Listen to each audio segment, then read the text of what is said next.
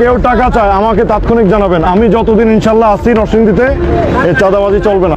চাঁদাবাজদের হুঁশিয়ারি দিয়ে নরসিংদী সদর সার্কেলের অতিরিক্ত পুলিশ সুপার শামীম আনোয়ার বলেছেন, চাকরি জীবনে একটি অবৈধ পয়সা নিয়েছি, প্রমাণ দিতে পারলে চাকরি ছেড়ে কামলা দেব, এমনকি টাকা দিয়ে হলেও কেউ তাকে কিনতে পারবে না, চ্যালেঞ্জ ছুড়ে দিয়েছেন পুলিশের এই কর্মকর্তা।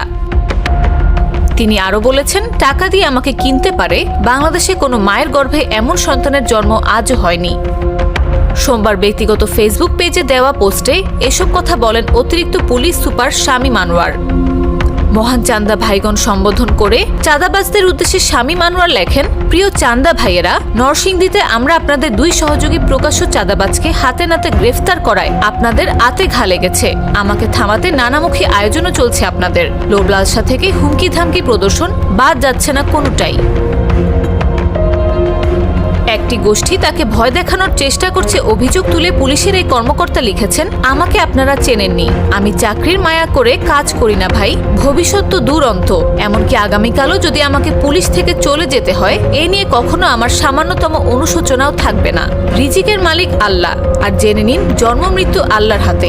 এ বিশ্বাস হৃদয়ের গভীরে গ্রথিত না থাকলে চুনোপুটি তুলো নগণ্য এক অফিসার হয়ে আপনাদের মতো মহাপরাক্রমশালীদের সঙ্গে পাঙ্গা নিতে পারতাম না।